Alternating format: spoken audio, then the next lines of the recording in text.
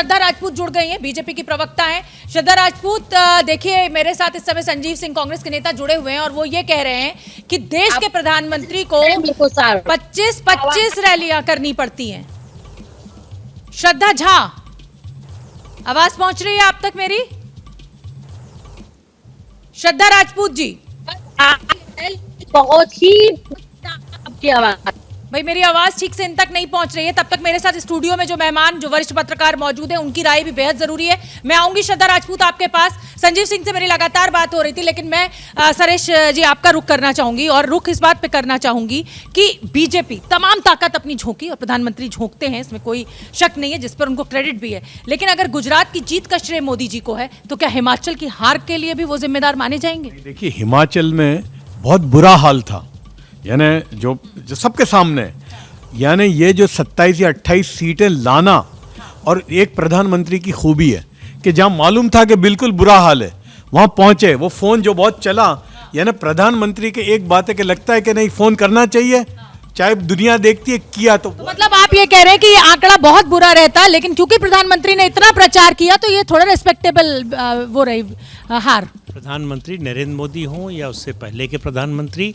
या किसी पार्टी का जो शीर्ष नेतृत्व है, नेशनल पार्टी, मनमोहन सिंह जी का याद नहीं कि वो कभी चुनाव प्रचार बहुत करते हुए दिखे मुझे। नेशनल पार्टी का जो भी शीर्ष नेतृत्व है, सोनिया गांधी तो करती थी, डिफैक्टो तो प्रधानमंत्री नहीं थी ना, डिफैक्टो थी इंदिरा गांधी। डिफैक्टो तो ये आपको तकलीफ है तो मुझे कोई तकलीफ नहीं है।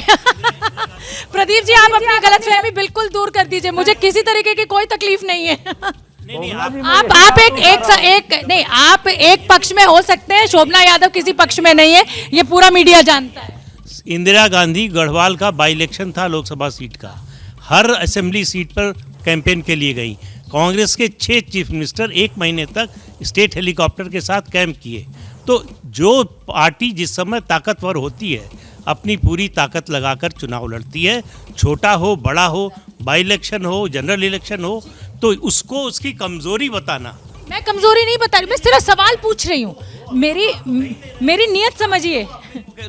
अपने ऊपर ले रही भाई, मैं जो भी कह रहा है, जो ये कह रहा है कि प्रधानमंत्री ज़्यादा अगर चुनाव प्रचार करते हैं तो ये बीजेपी की कमजोरी है, उस पर मैं कह रहा हूँ कि ना करना। ये तो कांग्रेस हमेशा, देखिए तो गुजरात चुनाव जब मैं कवर करने गई तो हमेशा कांग्रेस ने यही आरोप लगाया कि भाई ये हार रहे इसीलिए इतनी बार। लेकिन मैं इसको हमेशा कहती हूँ कि ये तो जज्बा है, जो मैंने अभी संजीव सिंह से भी कहा कि भाई इसको अच्छा मैनेजमेंट आप कहिए ना, कि वो सत्ता भी। लेकिन ये भी सच है कि अगर हिमाचल प्रदेश में प्रधानमंत्री मोदी इतनी ताकत ना झोंकते तो शायद तस्वीर कुछ और होती। बिल्कुल सही कह रहे हैं आप कि प्रधानमंत्री ने अपनी ताकत झोंकी है, पूरे इलेक्टोरल मैनेजमेंट की बात हो रही है। दूसरी बात, शोभना, गुजरात में अपना देखा हुआ है, इतने सालों से चीफ मिनिस्टर है, प्राइम मिनिस्टर है, तो एक जगह वो देखी हुई है। यहाँ वो उन्होंने अपने पर्सनल लेवल पे भी कहा जाए, एज अ लीडर हर एक बार गए, हर एक उन कमज़ोर इलाकों को, वो चंबा भी गए, हर एक इलाके को उन्होंने, दूरस्थ इलाकों को देखा, वहाँ क्या परम्यूटेशन कॉम्बिनेशन है उसको देखा। लेकिन कुछ चैलेंजेस जो थी, जैसा उन्होंने कहा, फ़ोन करना पड़ा, रेबल, बहुत सारे और चैलेंजेस थे, इश्यूज ऐसे थे शोभना, जिसके लिए उन्होंने कोशिश की या पार्टी ने भी कोशिश की, लेकिन नेचुरली फिर भी उतना फर्क नहीं है। जैसे पिछली बार जो फर्क था भाई 44 वर्सेस 21 था, बीजेपी के पास लगभग 44 सीटें थी, उनके पास, कांग्रेस के पास 21 थी। इस बार ये जो डिफरेंस है, अंतर है, इतना बड़ा नहीं है कांग्रेस और बीजेपी के भी। देखिए, ये जानते हुए कि हिमाचल में फेरबदली होती है हर 5 साल, प्रधानमंत्री वहाँ गए, फ्रंट फुट पे कैंपेन किया, गुजरात में भी किया, हिमाचल में भी किया। ये तो नहीं है कि कोई यात्रा का बहाना करके कैंपेन ही नहीं किया और कैंपेन से ही दूर भागे। तो यही तो लीडर है। हिमाचल में जानते हैं 5 साल बाद फेरबदल होता है, ये कन्वेंशन है, फिर भी जाके फ्रंट फुट पे कैंपेन किया, गुजरात में भी किया।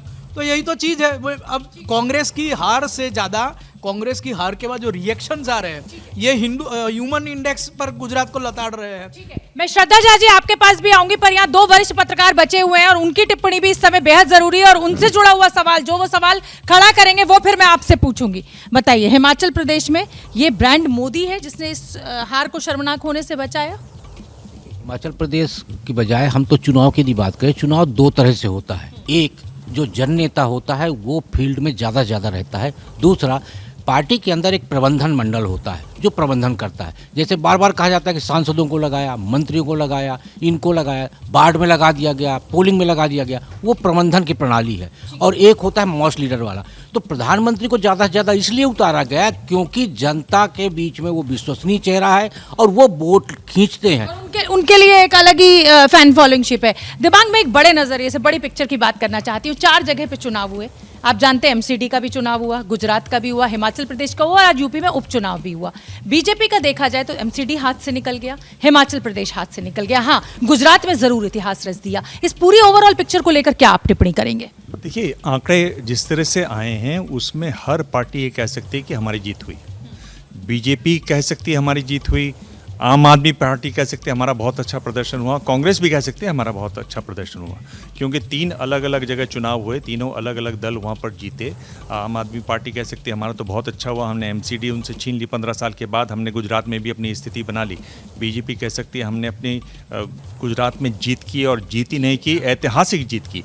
तो ये एक ऐसा, मैं ये कह रहा हूँ कि अगर जब चुनाव होते हैं वो एक मौका होता है हर पार्टी के लीडर का अपनी बात कहने का, अलग अलग मुद्दों उसको पब्लिक कैसे कंसीव करती है और किस हक में जाती है ये भी निर्भर करता है।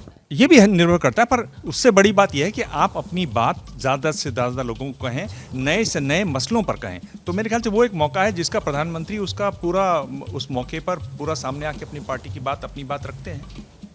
ठीक है, क्या मजबूरी है मेरी बताइए? मैं अभी आपको बताती हूँ कि मैंने ओए होए होए होए होए, नमकीन के चटकारे लेते हुए टकटकी मार के डिबेट शो को पॉज रिपीट कर कर के देख रहे हैं जोगिंदर जी। इनकी तरह आप भी देखें अपनी फेवरेट डिबेट्स को रिपीट कर और डाउनलोड कीजिए एबीपी लाइव ऐप अपने स्मार्ट टीवी पर।